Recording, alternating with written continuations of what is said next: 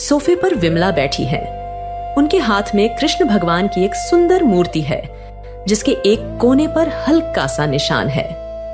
विमला मूर्ति को गोद में लिए ऐसे सहला रही है जैसे कोई घायल बच्चा हो। उनकी आंखों में आंसू हैं। दरवाजे पर दस्तक होती है। डॉक्टर साहब आ गए? तुम ही बात करना संजना। मुझे समझ नहीं आ रहा माँ को इस हालत में कैसे संभालूं, क्या कहूँ। रोहन दरवाजा खोलता है। डॉक्टर शर्मा अंदर आते हैं। रोहन, क्या हुआ? सब खैरियत तो है? फोन पर कुछ बताया नहीं, बस इतना ही कहा कि जरूरी है। डॉक्टर साहब आइए बैठिए। बात थोड़ी अजीब है। मेरे लड्डू को चोट लगी है डॉक्टर साहब। देखो ना कितना दर्द हो रहा होगा मेरे बच्चे को। हाय रे। लड्डू? कौन लड्डू? डॉक्टर साहब असल में बात ये है कि आज सुबह सफाई करते हुए ये कृष्ण भगवान की मूर्ति मुझसे गिर गई थी। संजना मूर्ति की ओर इशारा करती है। डॉक्टर मूर्ति को ध्यान से देखते हैं, फिर संजना को। गिर गई? तो इसमें इतनी चिंता की क्या बात है संजना जी? मूर्ति ही तो है। यही तो हम समझा रहे हैं डॉक्टर साहब, पर माँ तब से। माँ जी तब से बस यही रट लगाए हुए हैं कि इस मूर्ति को चोट लग गई है, इसे दर्द हो रहा है, डॉक्टर को बुलाओ। ये इसे बिल्कुल सजीव मान रही हैं डॉक्टर साहब। डॉक्टर शर्मा अविश्वास भरी नजरों से विमला को देखते हैं, फिर मूर्ति को। माता जी, आप तो जानती हैं ये तो पत्थर की बनी है, इसे भला चोट कैसे लगेगी? पत्थर? तुम्हें ये पत्थर दिख रहा है? ये मेरे गोपाल है, मेरा लाल। इसकी आंखें देखो, इनमें दर्द है। तुम्हें दिखता नहीं? इसका कोना छिल गया है। जल्दी से देखो डॉक्टर, कहीं इसकी हड्डी तो नहीं टूट गई। इसे आराम दो। ये कोई सामान्य माँ बेटे का रिश्ता नहीं था। विमला की भक्ति एक मूर्ति या पूजा तक सीमित नहीं थी। उनका कान्हा, उनके लड्डू गोपाल, उनके लिए सचमुच कान्हा थे। ये जुड़ाव बचपन से शुरू हुआ था। ये कहानी आपको भक्ति और विज्ञान की टकराहट दिखाएगी, इसलिए वीडियो को ध्यान से देखें। हर पल में छुपा है एक चमत्कार। धूप दीप की सुगंध है। दादी मंत्र जप रही हैं। विमला मंत्र मुग्ध होकर देख रही है।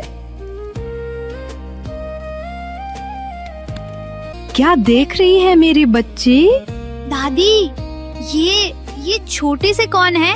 आप इनसे ऐसे क्यों बात करती हो जैसे ये सुन रहे हो? ये हमारे कान्हा है बेटा, हमारे लड्डू गोपाल। ये सुनते भी हैं और सब समझते भी हैं। इनसे प्यार से जो मांगो वो देते हैं। इनसे बात करो, इनकी सेवा करो। देखना ये तुम्हारे सबसे अच्छे दोस्त बन जाएंगे। दादी यशोदा ने विमला को कान्हा की कहानियां सुनाई, उनके नटखट किस्से बताए।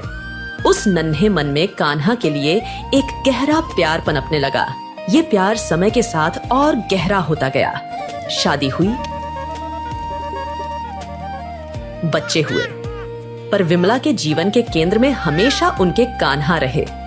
डॉक्टर शर्मा अभी भी बैठे हैं। उन्होंने विमला और रोहन संजना की बातें सुनी हैं। उनके चेहरे पर असमंजस है। देखिए रोहन, संजना जी, ये उम्र का पड़ाव है। कभी कभी चीजें थोड़ी भ्रमित हो जाती हैं। उन्हें शायद मूर्ति और सजीव का भेद समझने में कठिनाई हो रही है। जी डॉक्टर साहब, हमें भी यही चिंता हो रही है। उनका ऐसे बिलखना और इस तरह डॉक्टर को बुलाने की जिद, हमने सब कह के देख लिया पर वो मानती ही नहीं। हाँ डॉक्टर साहब, उनकी भक्ति तो कमाल की है। हम सब जानते हैं। नंदग्राम तो जैसे उनका दूसरा घर था। हर महीने जाती थी। हाँ, नंदग्राम, वो जगह जहां जाकर विमला को सबसे ज्यादा सुकून मिलता था। पर अब उम्र और कमजोरी के कारण वो यात्राएं बंद हो गई थीं। मन उदास रहने लगा था और तब संजना ने एक रास्ता सुझाया। माँ जी, आप क्यों उदास हैं? नंदग्राम नहीं जा पा रही हैं इसलिए? हाँ बहू, मन मानता ही नहीं। लगता है जैसे मेरे कान्हा मुझसे बहुत दूर हो गए हैं। अब शायद कभी दर्शन नहीं होंगे। ऐसा क्यों सोचती है माँ जी? अगर आप वहाँ नहीं जा सकती तो क्या हुआ, आप उन्हें यहाँ बुला सकती हैं। यहाँ कैसे बहू? आप अपने लिए कान्हा की एक सुंदर सी मूर्ति घर ले आएं। फिर आप यही उनकी सेवा कर सकेंगी, हर पल उनके साथ रह सकेंगी, जैसे लड्डू गोपाल की करती थी बचपन में। विमला की आंखों में चमक आ जाती है। ये सुझाव विमला को बहुत पसंद आया। रोहन उन्हें शहर ले गया। घंटों ढूंढने के बाद उन्हें वो मूर्ति मिली जो उनके मन में बसे कान्हा जैसी ही जीवंत लगती थी। उस मूर्ति के आने के बाद विमला की उदासी दूर हो गई थी। वो अपना ज्यादातर समय उसी की सेवा में बिताती। उनके लिए वो सिर्फ एक मूर्ति नहीं थी, वो उनका कान्हा था। ठीक है माता जी, आप इतनी कह रही हैं तो मैं देख लेता हूँ, आपको तसल्ली हो जाएगी। डॉक्टर शर्मा विमला के हाथ से मूर्ति लेने के लिए अपना हाथ आगे बढ़ाते हैं। विमला पहले हिचकिचाती है, फिर अनिच्छा से मूर्ति उन्हें देती है।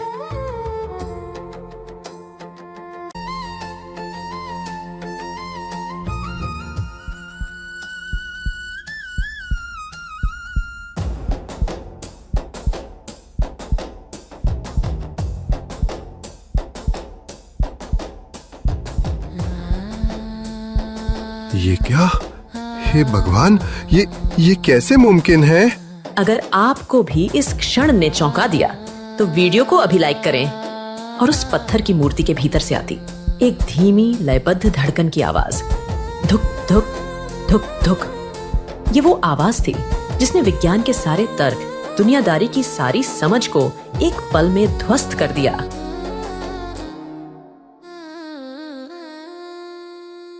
माता जी, आपके लड्डू गोपाल ये तो बिल्कुल ठीक है माता जी, इन्हें कोई चोट नहीं लगी। डॉक्टर शर्मा मूर्ति वापस विमला की गोद में रख देते हैं। बल्कि मुझे तो इनमें धड़कन सुनाई दी माता जी, सचमुच धड़कन। आप लोग माता जी को भ्रम में समझ रहे थे ना, पागलपन कह रहे थे। असली पागल तो हम सब हैं, हम जो अपनी 2 कौड़ी की अटल से उस परमपिता की लीलाओं को नापना चाहते हैं, जो सोचते हैं कि जो हमारी साइंस में फिट ना हो, जो हमारी समझ के दायरे में ना है, वो हो ही नहीं सकता। ये सिर्फ पत्थर नहीं है रोहन, ये माता जी के अटूट विश्वास का साकार रूप है, इनके निर्मल प्रेम का प्रतीक है। इनकी भक्ति इतनी सच्ची है, इतनी गहरी है कि इन्होंने निर्जीव में भी जान फूंक दी। ये चमत्कार है, और ये चमत्कार सिर्फ ऐसे ही शुद्ध निस्वार्थ प्रेम और विश्वास से हो सकता है। क्या आप भी मानते हैं कि सच्चे विश्वास में चमत्कार की शक्ति होती है? कमेंट में जय श्री कृष्ण लिखें। मुझे चलना चाहिए, मैंने वो देखा है आज जो मेरी डॉक्टरी की किताबों में कहीं नहीं लिखा। कमरे में फिर सन्नाटा छा जाता है। रोहन और संजना की आंखों से आंसू बह रहे हैं। उन्हें अपनी सोच पर शर्मिंदगी और गहरा पश्चाताप महसूस हो रहा है। रोहन और संजना भागकर विमला के पास जाते हैं, उनके पैरों में झुक जाते हैं।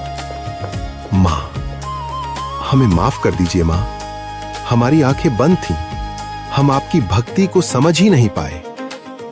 हाँ माँ जी, हमने आपके निर्मल विश्वास का अपमान किया, अपने तर्क में अंधे हो गए थे, हमें क्षमा कर दीजिए माँ जी।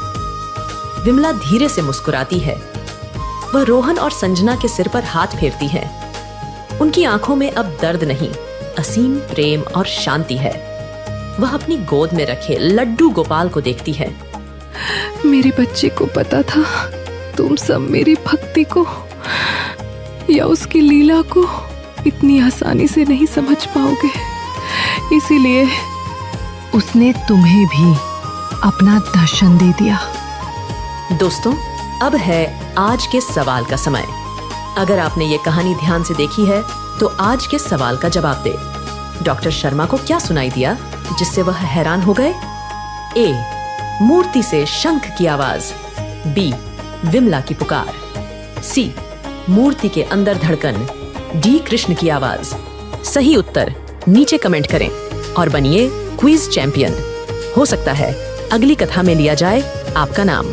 यदि आप किसी विशेष कहानी से प्रभावित होकर हमें तुरंत सहयोग देना चाहें तो सुपर थैंक्स द्वारा कोई भी राशि भेज सकते हैं। और हाँ, आपका एक लाइक, वीडियो पर एक सार्थक कमेंट और चैनल को सब्सक्राइब करके घंटी दबाना हमारे लिए बहुत कीमती है। आपका हर तरह का साथ हमारे लिए अनमोल है।